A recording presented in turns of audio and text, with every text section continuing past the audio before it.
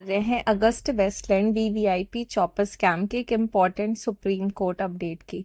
इस केस में accused Christian Michel James, जो एक ब्रिटिश नेशनल हैं और एलिज मिडिल मैन बताए जाते हैं, उन्होंने सुप्रीम कोर्ट में प्ली फाइल की है। उनका मेन इश्यू है उनकी कॉन्टिन्यूड जेल और एक्सट्रेडिशन ट्रीटी का इंटरप्रिटेशन। 24 अप्रैल 2026 को सुप्रीम कोर्ट के सामने ये मैटर आया, जहां बेंच में chief justice Suryakant, justice Joy Mallya Bagchi और जस्टिस विपुल पंचौली बैठे थे। कोर्ट ने मैटर को 4 मई 2026 के लिए लिस्ट किया है, जो अब जस्टिस विक्रम नाथ के सामने सुना जाएगा। अब बैकग्राउंड समझना ज़रूरी है। क्रिश्चियन मिशेल को दिसंबर 2018 में दुबई से इंडिया एक्स्ट्राडीट किया गया।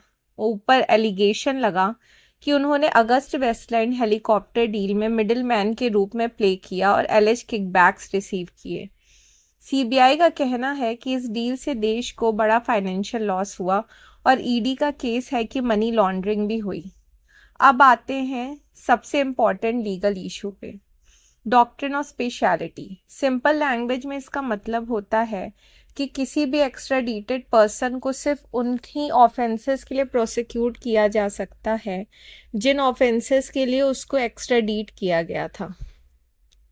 मिशेल क्या कहना है कि उनकी एक्स्ट्राडिशन लिमिटेड थी, लेकिन इंडिया उनको कनेक्टेड ऑफेंसेस के नाम पे ब्रॉडर चार्जेस में प्रोसिक्यूट कर रहा है। यहाँ पर इंडिया यूएई एक्स्ट्रेडिशन ट्रीटी का आर्टिकल 17 आता है, जो अलाउ करता है कि कनेक्टेड ऑफेंसेस के लिए भी प्रोसिक्यूशन हो सकता है। लेकिन मिशेल आर्ग्यू कर रहे हैं कि सेक्शन 21 ऑफ एक्स्ट्रेडिशन एक्ट 1962 क्लियर है और पार्लियामेंट का लॉ ट्रीटी से ऊपर होना चाहिए। उनका कहना है कि दिल्ली हाई कोर्ट ने ट्रीटी को ज़्यादा इम्पोर्टेंस दे दिया और स्टैट्यूटरी प्रोटेक्शन इग्नोर कर दिया। दिल्ली हाई कोर्ट ने मिशेल की प्ली रिजेक्ट कर दी थी। कोर्ट का व्यू था कि सेक्शन 21 और आर्टिकल 17 में कोई कन्फ्लिक्ट नहीं है। कोर्ट ने कहा कि एक्स्ट्राडिशन डिक्री और फैक्चुअल बैकग्राउंड को देखना होगा। अगर ऑफेंसेस सेम फैक्चुअल चेन से राइज होते हैं तो प्रोसिक्यूशन वैलिड है।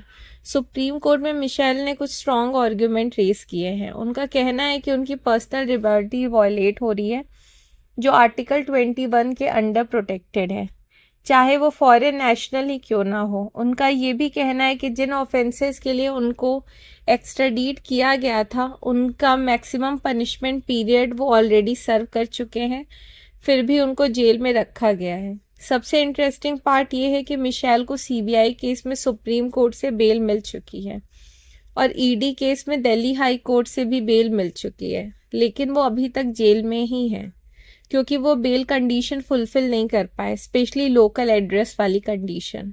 अर्लियर सुप्रीम कोर्ट ने उनकी एक प्ली डिसमिस की थी, जहां उन्होंने कहा था कि उनके पास इंडिया में कोई लोकल एड्रेस नहीं है। कोर्ट ने स्ट्रिक्ट व्यू लिया और बोला कि अगर बेल चाहिए तो कंडीशन कंप्लाई करनी होगी। अब ये केस सिर्फ एक एक्यूज की बेल का इशू नहीं रहा, ये एक लार्जर लीगल क्वेश्चन बन चुका है कि एक्स्ट्राडिशन के बाद प्रोसिक्यूशन का स्कोप क्या है। ट्रीटी प्रिवेल करेगी या डोमेस्टिक लॉ? और क्या एक एक्यूज को बेल मिलने के बाद भी टेक्निकल कंडीशंस की वजह से जेल में रखा जा सकता है? सेटारिकल तरीके से बोलें तो इशू सिचुएशन थोड़ी अजीब है। बेल मिल चुकी है लेकिन रिलीज नहीं, एक्स्ट्रेडिशन हो चुका है लेकिन प्रोसिक्यूशन का स्कोप अभी भी डिबेट में है। कोर्ट में लीगल जीपीएस बार बार रीराउट हो रहा है। अब सबकी नज़र 4 मई 2026 पे होगी, जब जस्टिस विक्रम नाथ की बेंच के सामने मैटर सुना जाएगा। ये हियरिंग डिसाइड कर सकती है कि एक्स्ट्राडिशन लॉ का फ्यूचर इंटरप्रिटेशन क्या होगा और मिशेल को एक्चुअल रिलीफ मिलेगा कि नहीं।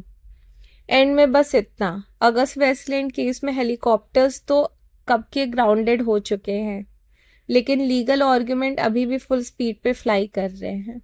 For more such legal updates, please like, share, subscribe Locum and don't forget to press the bell icon.